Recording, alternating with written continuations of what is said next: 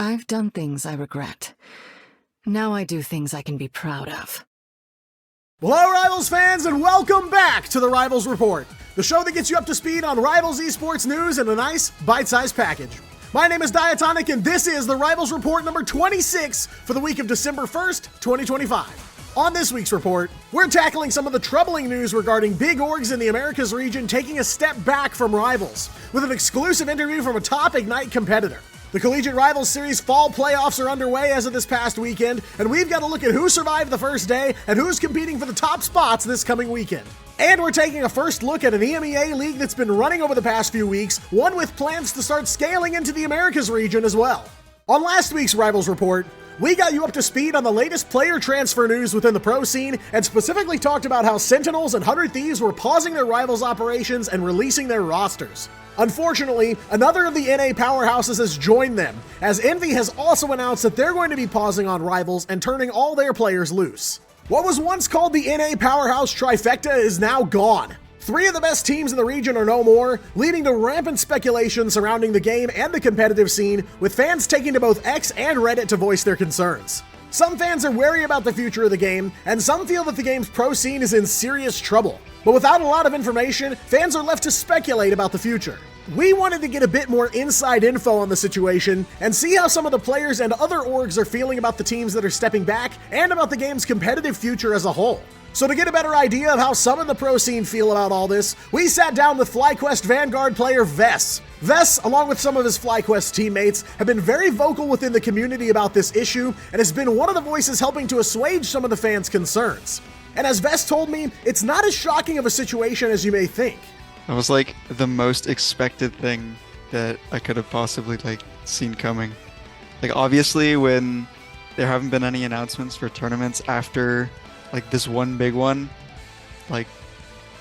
obviously I think it's pretty reasonable to put things on pause and not pay people for an undetermined amount of time when you don't know the future. As we've wrapped up the first full season of Ignite competition and headed for the off-season, it's important to take a step back and look at the bigger picture surrounding not just competitive Marvel Rivals, but the game as a whole. Holistically, while the Steam player count alone is never enough to judge how successful a game is, there's some promise in the charts as of late. Season 5 of Rivals has brought in an influx of players, with October of 2025's average player count reaching around 63,000, but now we're regularly seeing well past 100,000 players on PC during peak hours. Again, this should never be the only data point when trying to determine the success of a game, but it's a good sign nonetheless. But it's not just the general Rivals audience that's been experiencing growth. The game's competitive scene has grown since release as well, with more teams and players throwing their hat into the ring. It's definitely gotten bigger and better.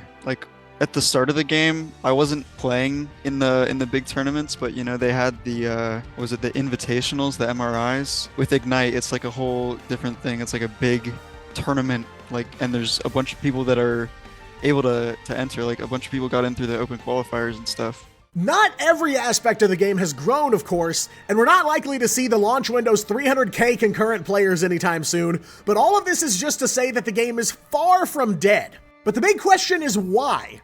Why would these orgs that have seen so much success in the game's early days want to pause and allow their players to enter the free agent pool? There's been numerous reasons brought up in online discussions, but there is a fairly large one that some of the discussions overlook. Something that people probably aren't thinking about is what happens in the off-season and team building. If other teams are pausing and their rosters are being let go, a lot of other teams are going to want to rebuild their talent and rebuild their teams. If all these other teams are letting their players go and you want someone from their team, why not just wait until things get announced when everyone starts to come back and start trying to build these teams, and then you can change pieces of your roster if you want.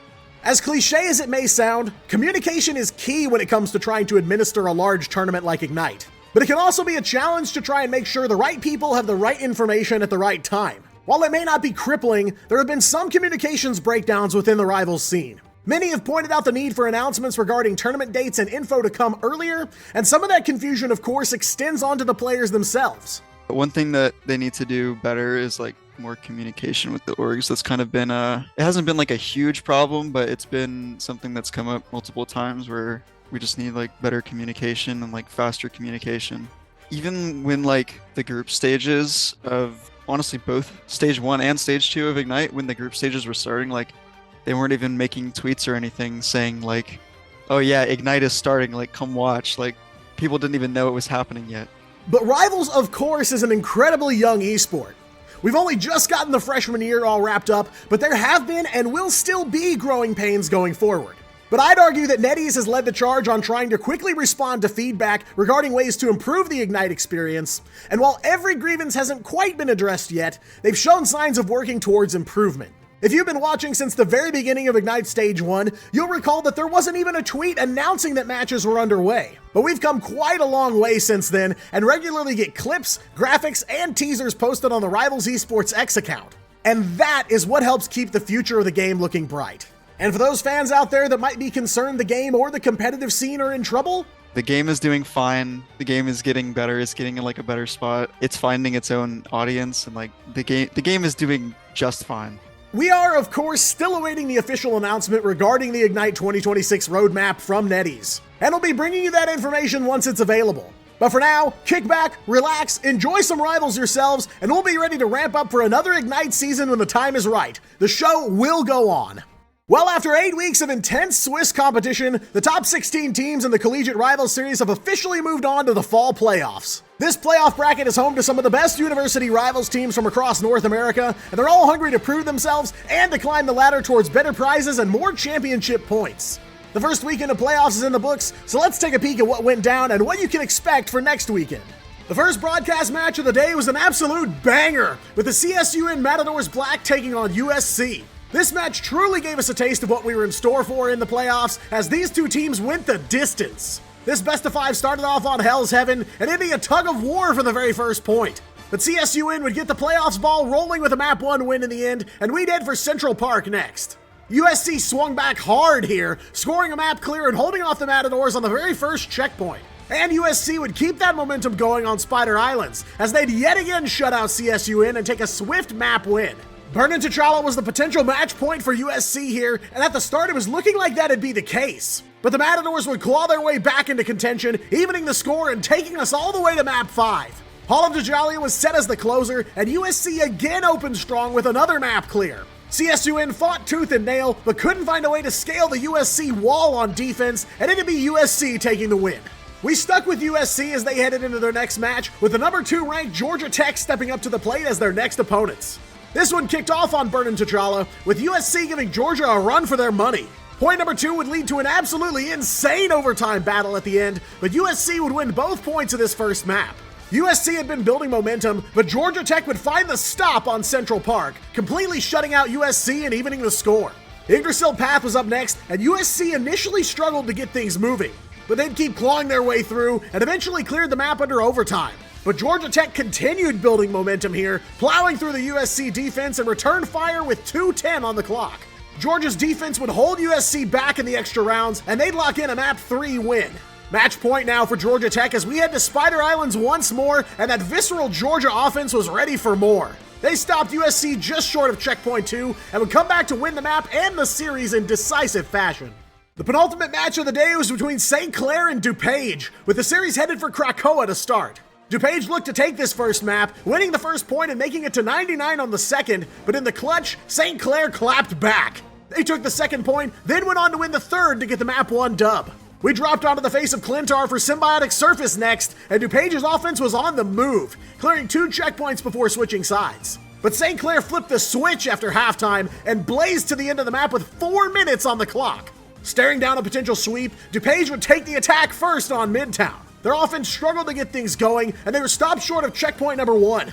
SCC took the reins after that, and they'd struggle greatly, but the Saints would eventually go marching into the winner's circle with a 3-0 sweep. And for the final match of the day, we took one last look at USC as they squared off against the Carleton Ravens. Hell's Heaven served as a stage for game 1, and this one would go all the way too. USC took point 1, Carleton took the second, and they truly squared off on point 3. Both teams got their licks in, but on the back of some big Winter Soldier plays, Carleton would secure map 1. Central Park was up next, with Carleton on offense first. The Ravens would struggle here, unable to score a checkpoint, and USC would set up a layup for themselves to win this map and get on the board. We headed for Spider Islands for map 3, where the Ravens again couldn't find the breakthrough and were held painfully short of checkpoint 1. It wasn't necessarily a walk in the park for USC, but they'd push through and reach match point here. On to symbiotic surface once again for Map 4, with Carleton hoping to keep the dream alive, but this series had turned into a nightmare they just couldn't wake up from. The ironclad USC defense would hold yet again, and they'd cruise to a series win after halftime. It's been an absolute whirlwind of a playoff bracket so far, but the best is yet to come. Of the 28 teams that entered this split, only 6 remain, the 6 strongest teams from across the US and Canada. Nebraska and Georgia Tech will battle it out in the upper bracket finals to find out our first grand finals team. In the lower bracket quarterfinals, the number 1 seed Indiana Tech will duke it out with USC, and the number 2 seed University of Toronto Avengers will go to war against the Rutgers Scarlet Knights. The final day of the fall split is set to go live on Twitch Sunday at 1:30 p.m., so don't miss the conclusion. And finally this week, we're taking a look at an EMEA community league that's not only growing, but is poised to branch out to the Americas region in the coming weeks. Welcome to the Menace Rivals League, or MRL for short. The MRL is a 16-team, multi-week league-style tournament with teams split into 2 separate divisions of 8. They have a 4-week group stage, followed by a playoff bracket with the top 2 teams out of each division advancing. The goal of the MRL is, of course, to provide high-ranked EMEA players with a competitive environment to grow and learn, as well as to keep teams sharp during the Ignite offseason. They do allow a limited number of one-above-all players onto each team, but try to keep it tuned to Celestial and Eternity to keep the competition fair.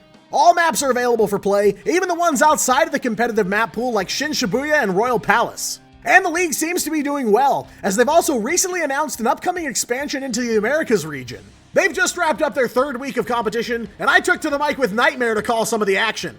The first match of the day took place between one of the top teams in the league, Menace, and one of the teams fighting to climb the standings, Crimson Eclipse. Celestial Husk was the broadcast opener, and in spite of some bright spots from Crimson Eclipse, Menace would grit down and walk away the victors for Map 1.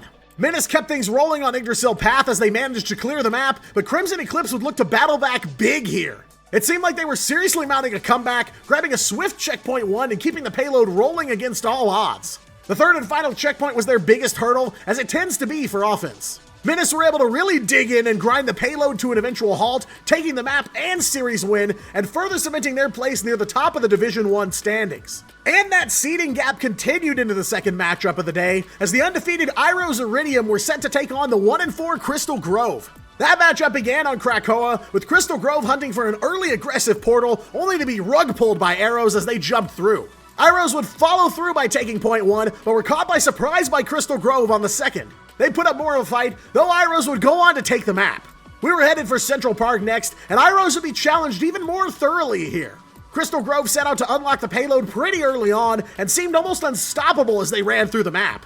They'd eventually go on to complete it with 44 seconds left, but Iros would rise to the occasion and tie things up by reaching the finish line themselves. It would be a short round 3 for Crystal Grove, unable to secure any checkpoints, and Iros would deliver the coup de grace to take this series and hold on to their undefeated record. One more match left for this broadcast, and it's between 2 teams still trying to claw their way into playoff contention, Black Viper and Get Lost. Both teams enter this match 3-2 at 4th and 5th seed respectively, so they'd have to grit their teeth to try and advance. We opened up on Celestial Husk, and they'd go the distance on this map. Black Viper snagged point 1, and were looking to take the second, but Get Lost clapped back and managed to take the fight all the way to point 3. It would end in an all-out 99-99 overtime war, but Black Viper would manage to scramble to the top in the end for a Map 1 win. We'd head back to Central Park one last time for this broadcast, and this map yet again turned into a struggle. Get Lost were on the attack first, and on the move as they got the payload rolling without much delay. They'd fall just short of reaching the finish line here, and that would leave the door open for Black Viper to deliver the final blow. And that they would, finishing off Get Lost with 1:45 on the clock for the win. It's been a solid first season of competition for the MRL thus far, and it's showing no signs of slowing down. Following the conclusion of this 3rd week of competition, the playoff positions have been decided, and those matches will kick off tomorrow as of the uploading of this video. Iros Iridium will be back in action against NSA Nova in the opening match, and Blazing Bloom will be taking on Menace in the other upper bracket semifinal.